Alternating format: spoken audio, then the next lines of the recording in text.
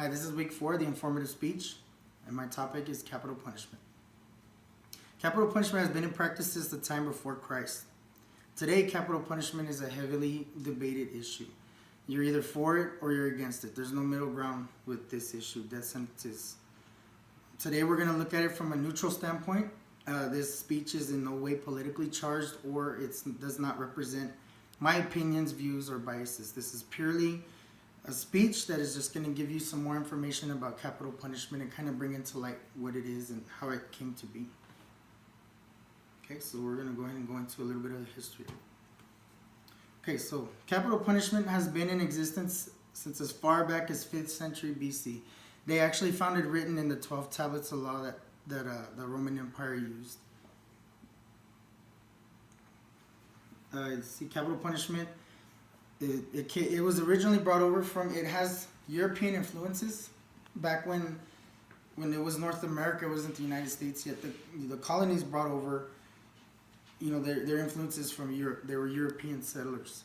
The first execution that was recorded on North American soil actually occurred in the Jamestown colony of Virginia.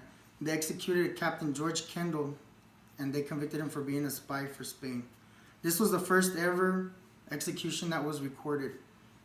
Later on, the 13 colonies would go on they would be established as the United States, and since then, capital punishment has been a part of our justice system, which was brought over from the European settlers. So the whole issue, the whole idea of capital punishment actually has a lot of European influence. It was actually brought over with the settlers. Okay, now we're gonna go into the methods. So the methods that were used to carry out capital offenses, to carry out executions, they date back far into the medieval times. The Roman Empire, they would actually use crucifixions. As you progress through time, you can see where the methods that they would use to execute the individuals that they convicted that qualified for death sentences, they were very brutal. People were stoned, people were hanged, they would burn people at the stake. A lot of these executions were public, so the community, the townspeople would show up and they would execute these people in front of men, women, and children. And the whole idea behind this idea of killing people in front of the community was for deterrence, kind of to set an example. If you commit a crime, if you commit a murder, this is what's going to happen to you. You're going to die a very slow, painful death. So the whole idea behind capital punishment is deterrence. That's the main goal with regards to that sentencing option. Now today in the United States, there's 5 methods that are used within the 38 states that still have the death sentence. 19 states have already abolished it or they don't use it. So those 5 are lethal injection, which involves a cocktail of lethal drugs. One of them is a barbiturate. It puts them out, and the other one is a paralytical agent. Stops their heart. Electrocution, there's electric currents that are ran through the body, and they go as high as 2300 volts for 30 plus seconds, and that's how they carry out the sentence. Lethal gas, hanging, and firing squads.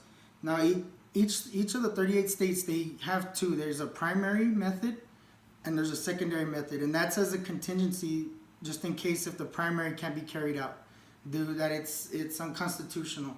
Okay, then they'll go to the secondary. Or for example, they can't carry out the primary because they didn't get the drugs in time to do the lethal injection, so they'll go ahead and go with the second one, provided that it's passed through the law, passed through their courts, and the court upholds it.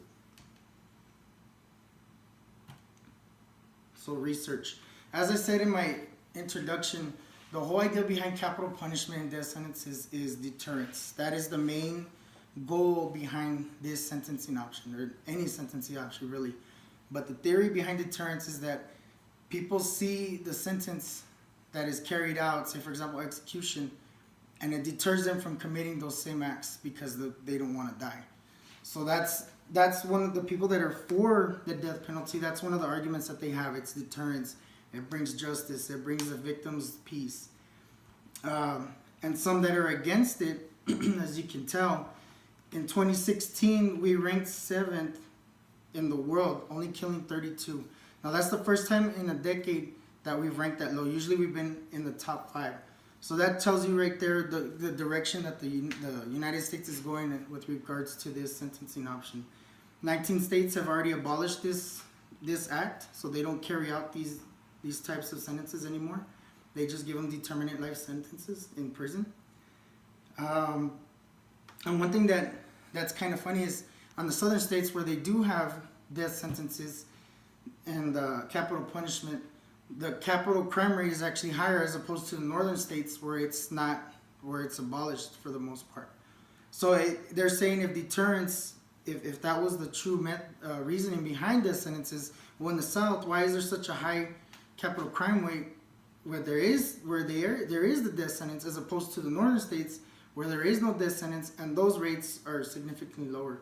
So that's one of the arguments that is brought there. Another one is DNA and forensic science. Now, a lot of people have been exonerated and taken off death row as a result of DNA and forensic testing. So that brings up another question. How many people in the past have actually been executed that are actually innocent?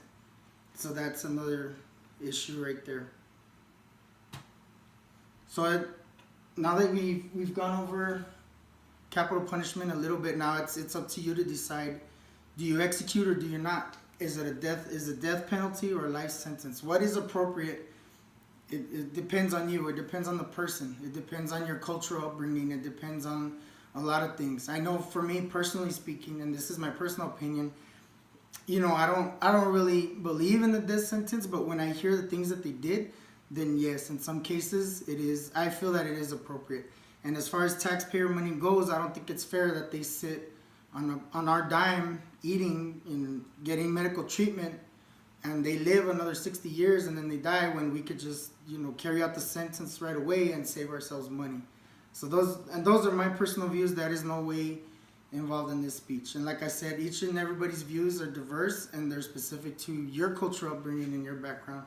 But that's just one question that you'll have to ask yourself: death penalty or life sentence? Now that you know a little bit more about the background of capital punishment, maybe it'll bring to light any issues that you've had and you can make your decision from there.